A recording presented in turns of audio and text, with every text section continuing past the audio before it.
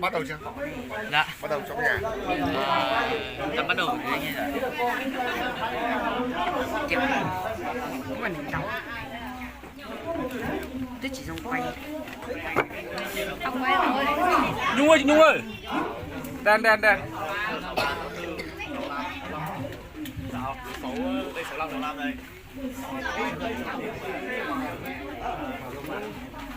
Nhập bóng mơ này. Đây là lúc này mà chú quay được cái gì rồi.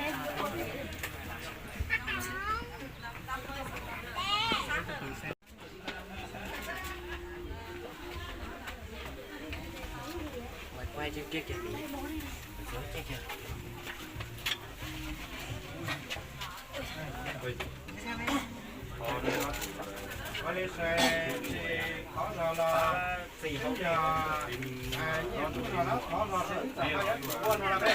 Không cái này là Cho đây.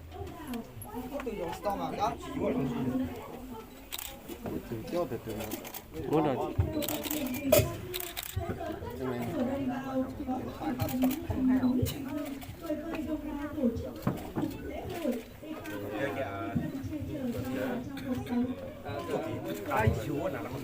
Chị ơi, mình giãn ra một chút ạ để cho nghệ nhân có cái không gian để mọi người mình giãn ra một chút ạ, giãn ra một chút ạ. Trong cà phê tả bê chua mông tây xà đầu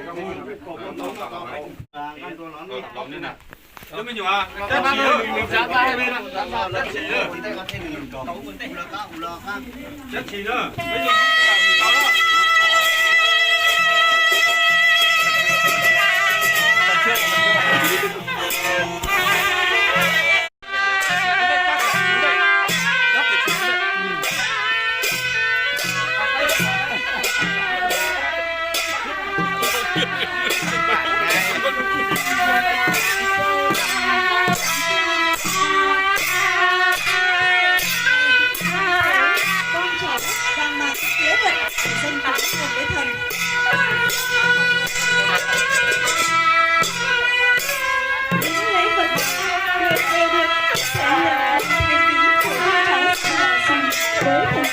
thân chơi, thân mắt và mời thần đến chứng kiến và phù hộ cho con cháu khỏe mạnh, mưa thuần giáo hòa mùa màng.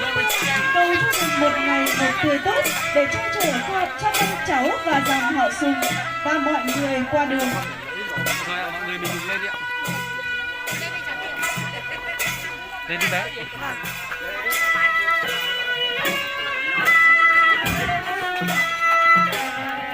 Và mỗi năm thì bà con đều tổ chức lễ thần rừng này, cũng là lời cam kết của đồng bào dân tộc Mông trước thần rừng sẽ bảo vệ và giữ gìn thần rừng thật tốt, không săn bắn, không chặt phá và cầu mong được phù hộ từ thần rừng.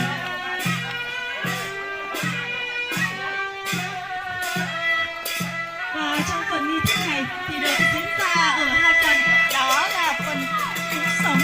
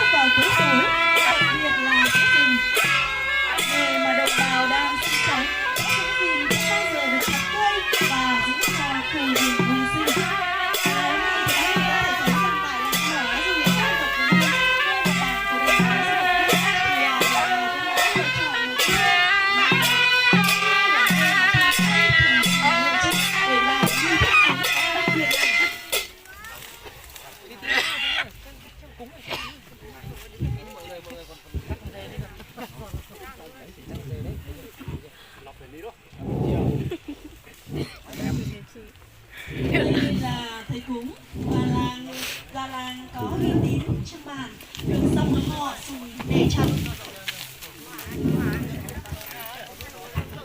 Hằng ơi.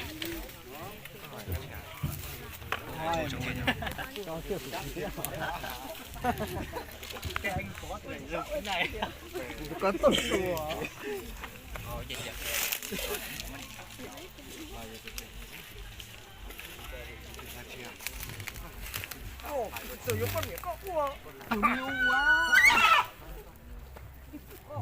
Phần đầu tiên đó chính là phần cúng sống,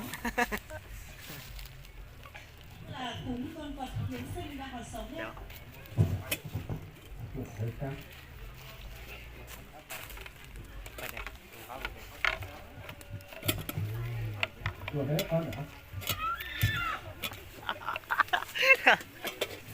Chị Chu đừng quay. Ai gì đâu.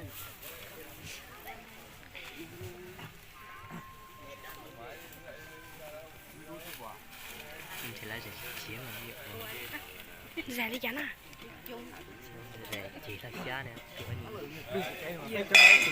có Bây giờ muốn cho nổi. Hả? Hả chị vậy? Chúng mình làm chuyện bây giờ muốn kìa. Xong lúc mà nó chậu chị tao đi. Quay chỉ lọ quay. Cái lúc mà chị tao làm là giá hai đưa là Chá. Lại. căn người khác luôn. Lên nước xịn nữa. cái chị tao. Cái chị tao làm.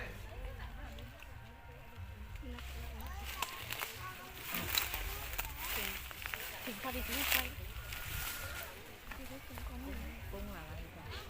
dê này dê cái mà có râu đấy. Dê thì dê kiểu lâu.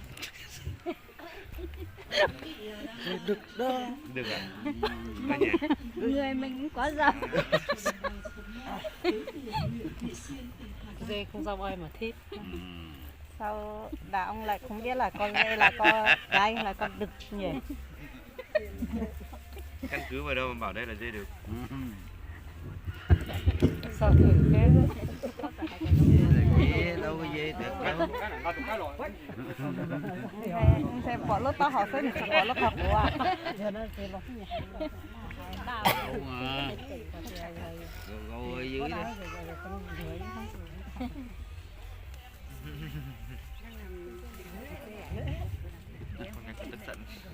Lễ cúng thần rừng. Biết là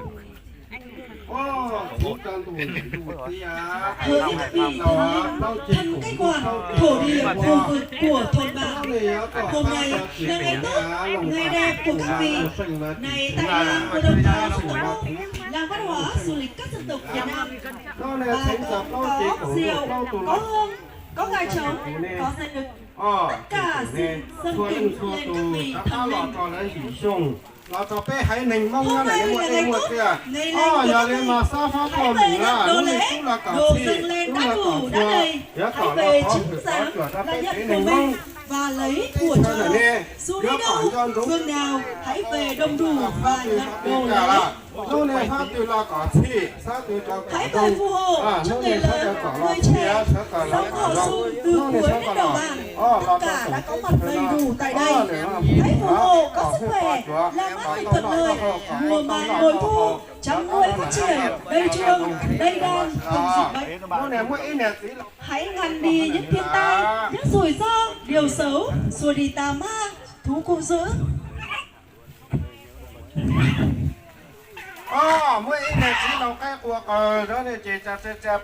Để cho dòng họ Sùng được may mắn, sức khỏe, thuận lợi về chăn nuôi trồng trọt kinh tế không ngừng phát triển, có của ăn, của để và xin được cảm ơn các thần linh.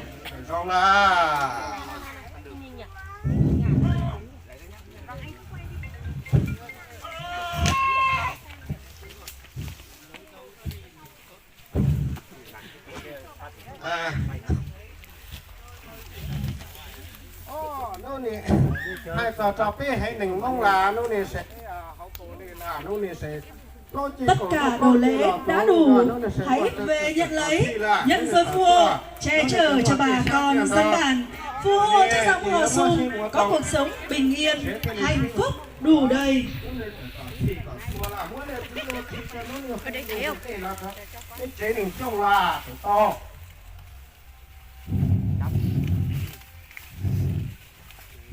Ra đi nè. Nếu con thầy màเนี่ยมันอาจจะนี่หรอตู้ฉากนั่นน่ะnó này sẽ cả là rồi không có hỏi nhé việc sang tới nó này sẽ cái muốn đầu thử cha nhiều lo nó này muốn đầu thử sang cô cà phê hãy nành mông xung này đó thầy tôi thấy ở đây nào chút ta nào cái này là chút ta là chỉ cái thuộc cái này là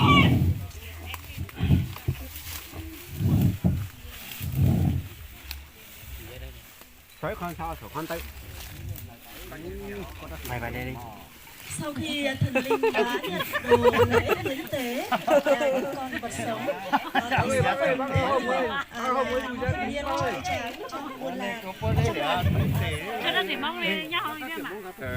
dùng thấp chứ mua tàu trách điểm mua là chỉ nhốt thắt được Do học xe này. Muốn ngắt tôi nhưng nó chỉ thế cả thể lút tài hoàn Mua cuốn dây mua cuốn dây hậu lút tài mà rồi nhốt thắt được nè Thì rồi nhốt thắt được có kia một chiếc hậu dây thì khi cúng xong thì người thường lấy những của con vật hiến sinh bôi lên giấy vàng và hàng năm thì sẽ đính lên trên cái bàn thờ của đồng bào để biết rằng năm đó người ta đã làm biết bao nhiêu cái lễ và Cho con rất thấp nhiều bỏ này, bỏ cho họ.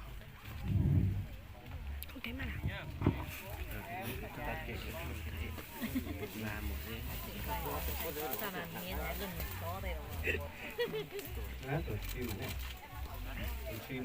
cắt điểm một cắt kia bông chỉ tua là chỉ tuổi ha chỉ cắt chỉ là thưa quý vị, có làm nghi thức này thì chúng ta mới thấy rằng là đối với đồng bào các dân tộc thiểu số, mà dù là sống ở những vùng sâu vùng xa của tổ quốc, cả một đó trừ cái chỉ hậu có xiết thì cho ấy chúng ta sống ra tới tộc gắn bó mật thiết với đời sống của bà con thì đồng bào đều có chức năng những cái thẩm thấu về cái ý nghĩa của cái việc bảo vệ nơi mình sinh sống.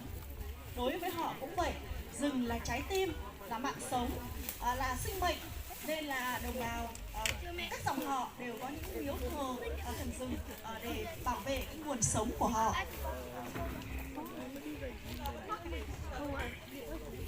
Đi Nhu à?